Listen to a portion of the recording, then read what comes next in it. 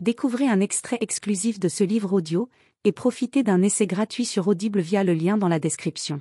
Elle a lâché ses cheveux. Ce tout petit détail me fascine.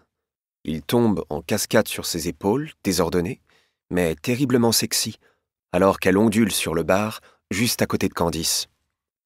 Sixtine remonte sa chevelure d'un geste lent, glissant ses doigts dedans sans aucune conscience de la sensualité qu'elle dégage. Je ne peux pas la quitter des yeux. Ses mouvements, lascifs, fluides, révèlent une facette d'elle que je n'avais encore jamais vue.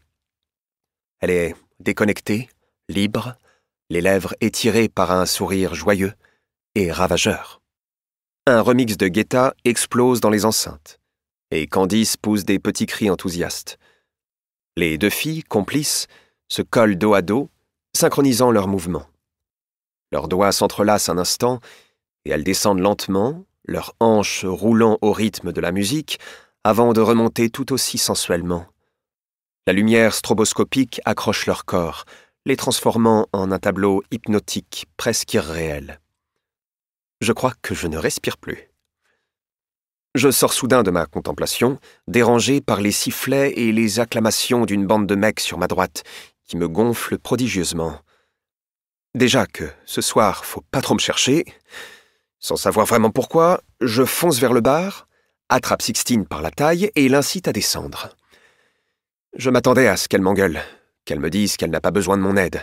Peut-être même qu'elle me frappe pour avoir osé poser mes mains sur elle sans permission. Mais non. Au lieu de ça, elle continue de se mouvoir entre mes paumes sur le rythme de Calm Down de Rema. « Danse avec moi !» souffle-t-elle, les yeux fermés. Je ne me fais pas prier.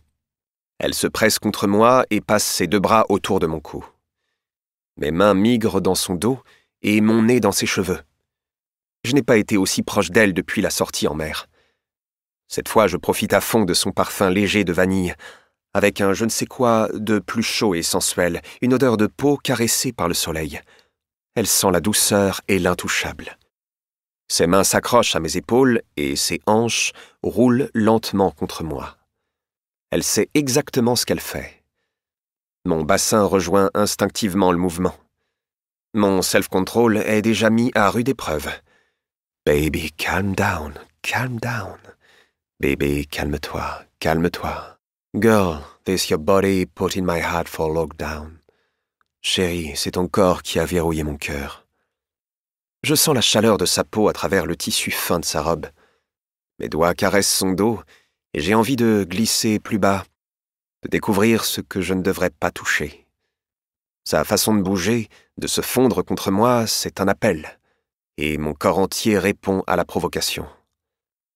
Parce que ce genre de danse m'est si familier. Je n'aurais jamais cru qu'elle en soit capable. En vérité, elle excelle dans le domaine. Elle laisse échapper un gémissement près de mon oreille, et je jure intérieurement. Son souffle devient le mien. Il allume quelque chose de primitif dans mon ventre, une faim que je peine à contrôler. En temps normal, je ne tiendrai pas 5 minutes avec ce genre de préliminaire, et j'emmènerai rapidement ma partenaire hors d'ici pour un autre type de danse. Mais on n'est pas en temps normal, parce que je danse avec Sixtine Langlois, et qu'elle peut à tout moment me mettre un stop dans les gencives. Je n'ai jamais été aussi dérouté. Ses doigts effleurent ma nuque, puis s'accrochent dans mes cheveux. Je frissonne, incapable de me contenir. Tout en elle est une invitation. Son regard mi-clos, ses lèvres qui s'entr'ouvrent légèrement, et le mouvement lent de ses hanches, tellement sensuel que c'en est indécent venant d'elle. Ce n'est pas une danse, c'est une torture. Je crois qu'elle a oublié où on est. Et quand elle intercale ses jambes entre les miennes, j'oublie aussi. Puis elle se retourne et appuie son dos contre mon torse. Ses bras s'élèvent au-dessus de sa tête, effleurent ma mâchoire. Elle va avoir ma peau. Ma respiration devient trop difficile à contenir, et je sais que la sienne n'est pas plus régulière. Ses mouvements ralentissent encore, comme une caresse. Ses hanches ondulent contre moi, et je m'accroche à sa taille pour ne pas sombrer. Puis mes mains glissent, presque sans que je le décide, et remontent le long de ses côtes. J'effleure la peau douce et chaude de ses bras jusqu'à ses poignets que je retiens un instant. Ma bouche frôle son oreille, et elle frissonne à son tour. Je le sens. Nos corps vibrent sous une même tension, et je sais très bien comment l'apaiser. Mais est-ce qu'elle le veut, elle aussi? Je relâche ses bras, puis mes doigts reprennent leur chemin, caressent ses épaules, descendent sur son ventre. J'ai envie de plus. Elle doit le sentir. C'est impossible qu'elle ne le sente pas. Elle s'accroche à ma nuque. Je me penche, mes lèvres frôlent sa tempe, mon souffle s'échoue sur sa peau, et le sien s'accélère encore. Je ferme les yeux une seconde pour ne pas perdre pied, mais tout ce que je perçois, c'est elle. Juste elle. Sa chaleur, son corps contre le mien et son foutu parfum. Ses mains descendent le long de mes avant-bras. Puis elle entrelace nos doigts et rejette la tête en arrière. Je pourrais dévorer la peau fine qu'elle m'offre là. Au lieu de ça, je l'effleure du bout des lèvres. Son inspiration saccadée confirme l'effet que je lui fais. Elle se retourne lentement et vient nicher son visage dans mon cou. Sa bouche est si près. Je crève d'envie de me laisser aller. Une envie si forte que ma respiration devient aussi hachée que la sienne. Il suffirait que je tourne la tête et je pourrais m'emparer de ses lèvres. C'est elle qui recule doucement le visage. Ses yeux brûlants s'accrochent aux miens. Sauf qu'au milieu de la fièvre, il y a cette lueur, celle qui vacille sous l'effet de l'alcool. Et je comprends qu'elle lutte. Je n'embrasserai pas Sixtine sans qu'elle soit en pleine possession de ses moyens. Je ne la forcerai jamais à rien dont elle n'ait pas vraiment envie. Je le lui ai dit, et je le pense toujours. Sixtine subit tellement de pression, d'obligations.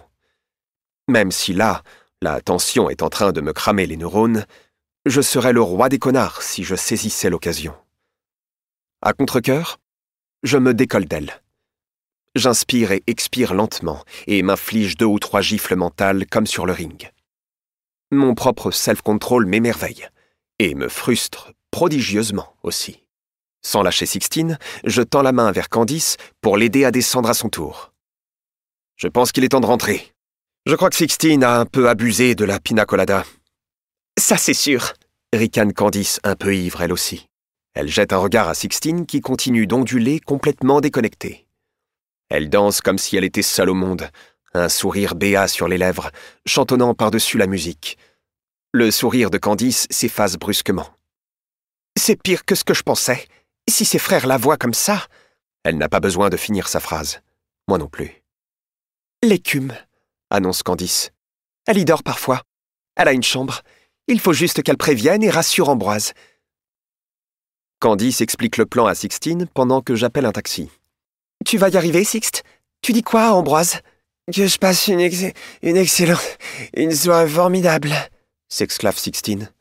Merde, maugrége. L'appelle pas. Envoie un message.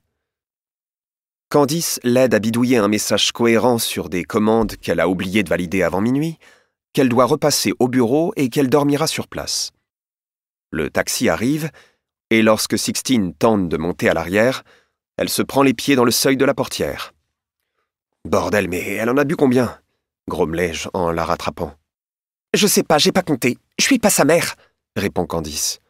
C'est sa première cuite. Je fais signe à Candice de grimper à la suite de sa copine, mais elle hausse un sourcil. Non, je rentre pas, moi. Le serveur m'attend. Je serre les dents. Elle ne va pas rentrer toute seule. Regarde-la, putain. Elle tient à peine debout. Normal, je suis assise, claironne Sixtine, avachie sur la banquette. Oui, c'est sûr. Ça va être compliqué pour elle, constate Candice. Elle me sourit d'un air entendu, mais ne bouge pas d'un poil. T'es pas censée être sa copine? Si, mais elle ferait la même chose pour moi. Elle ne voudrait pas briser mes chances. Si ça se trouve, ce serveur est l'homme de ma vie. Casse-toi avant que je t'en colle une. Bonne soirée à toi aussi, Malone, chantonne-t-elle joyeusement. Elle retourne dans le bar en trottinant. Je souffle, m'installe à l'arrière du taxi et attache la ceinture de Sixtine qui commence à dodoliner de la tête. Je donne l'adresse de l'écume. Elle a tant bu que ça? Et pourquoi? Je me repasse le film de la soirée. À bien y penser, elle semblait très perturbée à l'arrivée de Cali. Elle marmonne quelque chose que je ne comprends pas, alors je me penche vers elle et lui demande de répéter. Livre audio complet gratuit disponible en description de cette vidéo.